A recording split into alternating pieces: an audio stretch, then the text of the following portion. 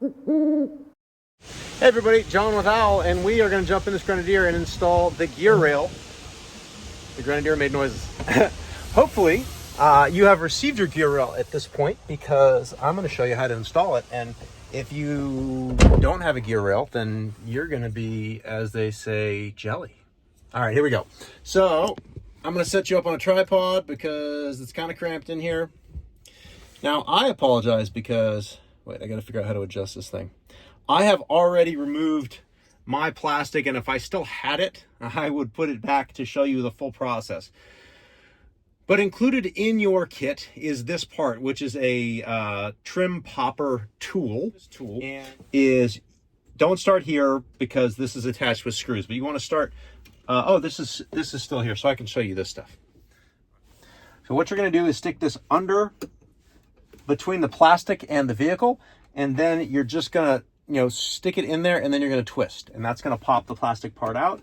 I'll stick this in, I'll twist it, and you see how that popped right out? You see most of these have clips on the side. Now, when you take out this next small one, so there's this one, which I'm going to pop back in, and then there is another small one here. It's hard to see with the steering wheel. And then there is a bigger one that wraps all the way around. Now, that bigger one is held in by screws that are underneath the small ones you pop off on the right and left side. So once you pop those off, you can keep them, but you don't really need them. Then you're going to remove the screw over here. I'll show you on this side over here. See, there's a screw hole there. There's a screw hole here, here, and then there's one in there as well. And so you want to take those screws out. And then once you get those screws out, you can install your gear rail. And there's a little bit of assembly that has to happen on the gear rail before you can install it. And what you're going to need, so we're actually going to start including these. I apologize on the first shipment to anyone that didn't get one. We are going to include the panel popper tool is included in your kit. Most people have Allen keys, so we didn't think much about it, but this is a very small Allen key. It's 1/16 of an inch, and the Allens for this kit are very, very tiny. They are countersunk little Allens. So what you're going to do, the first thing you're going to do, and mine's together, is you're going to attach that straight little block to one of the corner pieces with two of these Allens, and you just tighten it down. I mean, these are small screws and a small tool, so you don't need a ton of torque on it. Once that is attached, you're going to attach these to your accessory rail. Now, here's how you do this. The accessory rail mounts. The accessory rail mounts with the Owl logo up. The logo is very subtle, but that will allow you to determine which way is up. Now, on left-hand drive cars, you need the longer of the two corner pieces. Grab the other corner piece. So you have two corner pieces. These two parts are identical, so you can't get that wrong. But once you screw on an extension, the extension goes on the steering wheel side of the vehicle.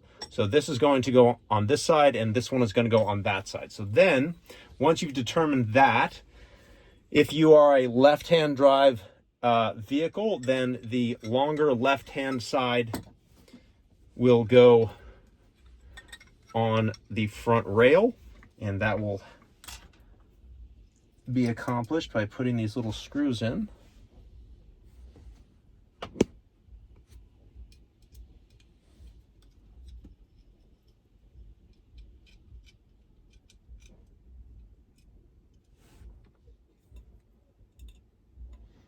And you just snug those down. And then before you go further, you confirm that you've got the logo right side up. It's hard to see the logo. That's what I mean by about it being subtle. Anyway, so now you've got the long side here, and then you're going to take the other corner piece and do the exact same thing on the passenger side. And this is reversible. So the reason I talk about driver side and passenger side is because, or should I say right-hand drive and left-hand drive, is if you have a right-hand drive vehicle, you can install this the opposite of what I am doing. Just make sure you put this long leg on the driver, whatever side the steering wheel is on. So we give you an extra one of these. There should be 7 total. You don't need the extra one. You can keep it or toss it. but these are little, and I know that things can fall around in a vehicle, so we wanted to give you an extra one. So the way this installs is I typically put that far side on, and then I pull out a little bit because it's a snug fit. And I pull out a little bit on the driver's side, and then you just kind of push until that snaps into place. And it's got a nice tight fit, so it kind of stays in place even without the screws. Now moving on to the screws that we put in. We've got Torx here, and this is a T20. So this is a T20 Torx bit that works with the screw. And while I'm here, I'll also tell you that we also have black units. So that's what it looks like with all black. That's what it looks like in red. And then we've also got orange, which for me, I actually love, because our whole livery on this vehicle is blue and orange, but with the red Grenadier logo right here, I decided to go with red. However, if you have a compass here, I think the orange looks pretty cool. So back to installation. It doesn't really matter what order you do these in. You can do the sides. You're going to need something a little bit tight to get the sides in there, because you can't really use a long attachment there. So this is about as easy as installation gets. You just snug that down, and you should have 4 of these in total.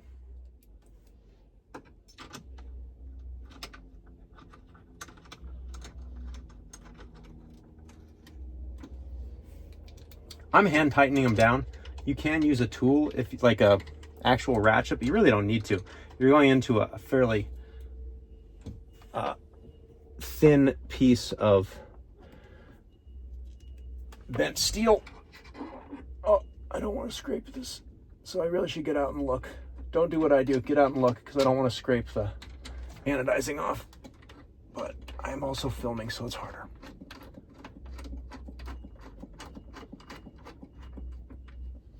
So we're tight there. So that is the installation of the gear rail. It's not exactly rocket science. And now what you can do is take your 20 millimeter balls and stick them onto there, and you can start mounting your accessories. You can run your cables down here into the center console. I've actually added some power over here. I also took out one of these bolts and added some clips that hold my wires in place, because I normally have a ram ball here with my phone on it, but I obviously took that off so I can make this video.